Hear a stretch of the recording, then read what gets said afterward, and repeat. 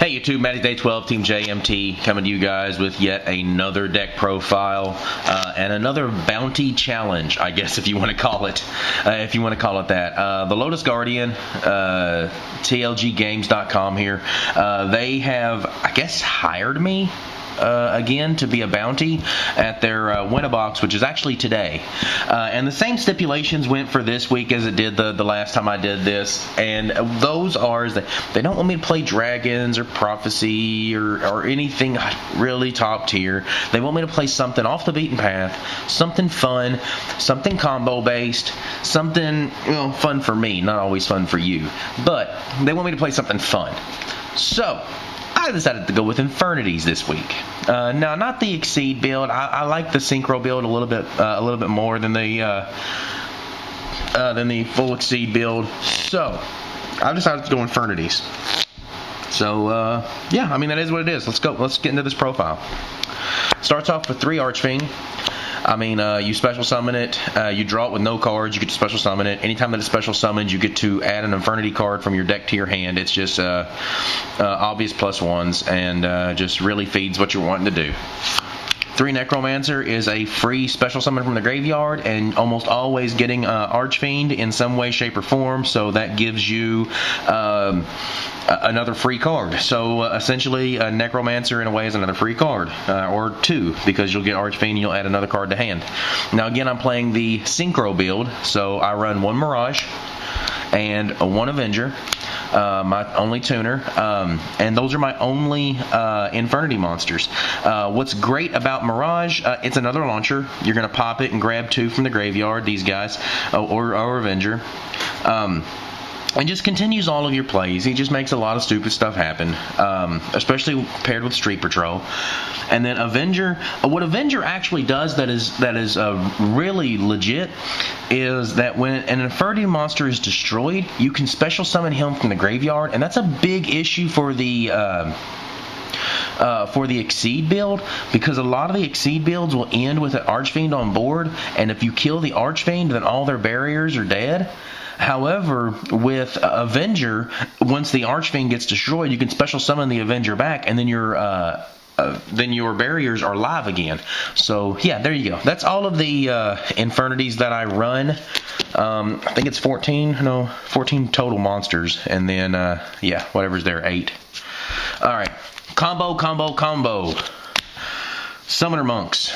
Discarding a spell, grabbing level 4s, sometimes Archfiend, not always. A lot of the times it's going to be either Armageddon Knight or Dark Griffer. These guys are going to allow you to dump cards from your deck, and then Griffer's also going to allow you to dump cards from your hand. One of the biggest targets for you to dump is Stygian Street Patrol, and what this guy does is when he's removed from the graveyard, you get to special summon a Fiend from your hand.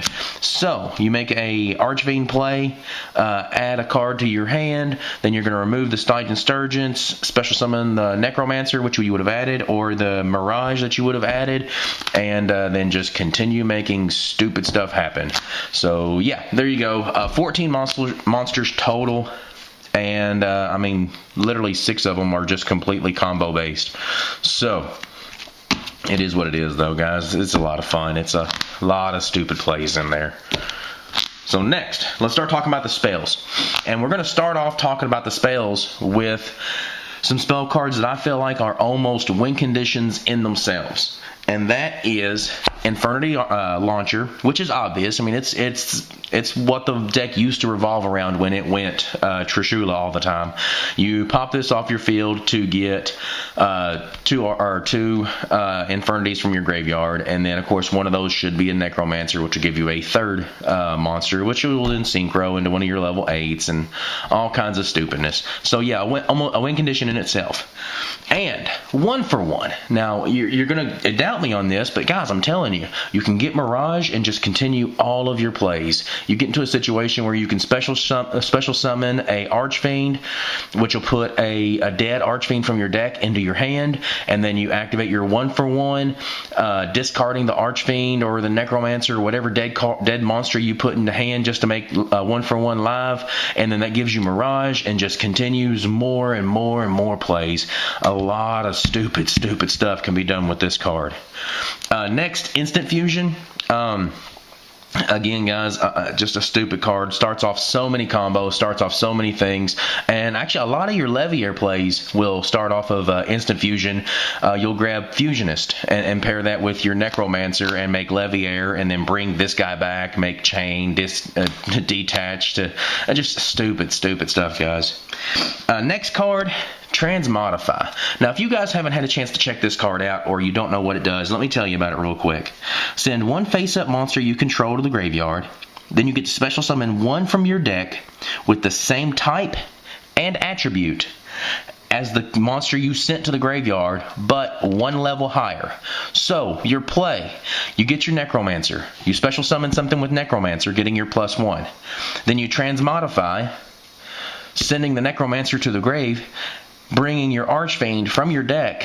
Archfiend gets special summoned, so his effect activates and allows you to add another card to your hand. You just go +2 on a very simple play with Transmodify, and that +2 will almost always lead into all of your combos and everything. So Transmodify, I don't know that it's really worth the price that it's sitting at right now, but it's starting to show why it is going to be that price. Next, win conditions in themselves again, Monster Reborn and Heavy Storm. I mean, clearing your back row so I can make all my plays, and Monster Reborn so I can just continue stupid stuff. Yeah, it is what it is. And, you know, that's why they're getting banned. Alright, next, let's talk about consistency. Pot of Duality, Pot of Duality. And there'll be a lot of times where you can just like set a Necromancer. I hate doing that, but it's 2,000 defense. Set an Avenger, let them kill it. It needs to be in the graveyard anyway. So yeah, so you can set behind that play, and then it's also a good card to discard for Summoner Monk. All right, next. Triple Upstart Goblin makes it to where I'm literally running 35 cards instead of 40 with these guys right here, because I'm going to dig in there. I'm going to get the cards that I need and just get past all the dead cards that would have been there. Next, reinforcements for Armageddon Knight and Griffer. And Foolish Burial. You gotta have those key parts in the graveyard, and Foolish Burial puts them there for you. So that is all of my spells. Now let's move on. These are the traps. These are what the backbone of this deck. 3 Infernity Barrier. Card's busted. It's Solemn Judgment, but for free, as long as you have your attack position or Infernity. Yeah, it's stupid. It's too good. I run 2 break. A lot of people are only running 1 of this in the synchro build. I really feel like I like it. I can search it out at about any time that I need it, and I get to use it at about any time that I need it. So yeah, I mean, I feel like I need 2 break. I really like 2 break. Solemn Judgment, Solemn Warning. Again, just more barriers with less restriction. Mirror Force. I like running 2 Mirror Force because in this meta here in Owensboro, people just carelessly run into back row, and that's where Infernity Break and Mirror Force are really going to pay off. I decided to go double Trap Stun instead of Mystical Space Typhoons. A lot of people run either Mystical Space Typhoon or Night Beams in order to make all of their plays. However, you're only getting rid of 1 card in that aspect, and with Trap Stun, I can shut down all of your cards. So Trap Stun is really good, and I decided to go with those instead of main decking the MSTs. And my last card, kind of just a throw-in card, to be honest with you. I probably should have been an Instant Fusion. This probably should have been my 3rd Instant Fusion, but I decided to go with The Huge Revolution is Over. And I ran this instead of Starlight Road for the sole purpose I don't have room for Stardust in my extra deck. And you also really don't need Stardust in your extra deck, because by the time you've made all your plays, you don't need to protect them with Stardust because you've got barriers and breaks to protect everything. So there you go, guys. I mean, I want something to protect myself from Heavy Storm and Dark Hole, and this does that for me. Yeah, I decided to go with that instead. I don't know. Call me stupid, call me what you will. I don't know. It is what it is. It basically does the same thing as Starlight Road. So now let's get into the extra deck. You've got me, and you've got me, and then you've got JMT. So, those are my tokens. I don't know why I got them, to be honest with you, because I don't think there's anything in here that makes any tokens. But, you know, it is what it is. It's fun. Lavable Chain ×2. Lavable Chain is so good. You get to stack stuff, you get to dump stuff, you get to dump your street patrol and continue your plays in so many different ways. Just so good. Dire Wolf really helps you to get rid of a lot of different things. I mean, it's out to almost everything. And a lot of people are running 2 of this. I decided to only go with 1 because as opposed to running the Dire Wolf at 2, what I've realized is almost always one of your Dire Wolves is used to destroy a monster. And you have very few targets because everything is fiends, so you almost always have to destroy himself also. So I decided if I'm almost always going to destroy a monster, why would I not want Black Ship of Corn instead that can destroy a monster for me, and I get to keep the body. I get to keep him out there. So I went with Black Ship of Corn instead of the second Dire Wolf. Cowboy. Honestly, I've not had a lot of time to play test this deck, and the extra 800 damage that Cowboy could give me seemed okay, so I decided to go with Cowboy.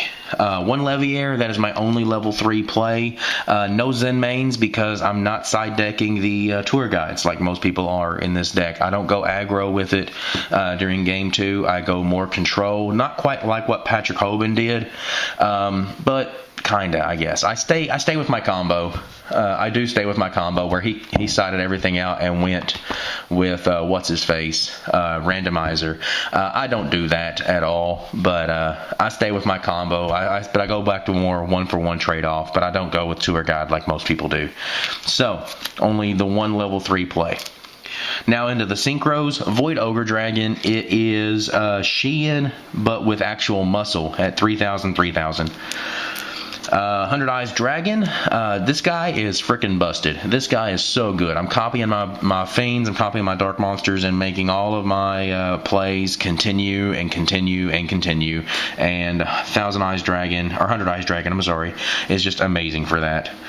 Infernity Doom Dragon has a good effect, but honestly, the biggest thing that he does for you is that his name is Infernity Doom Dragon. So what I'm able to do is there's a couple different combos that you can make that'll put Void Ogre and Infernity Doom Dragon on board, and you'll still have two barrier left, and you don't have to worry about leaving an Archfiend on board or anything else in attack position because you've got the Infernity Doom Dragon also. So yeah, that's its biggest purpose.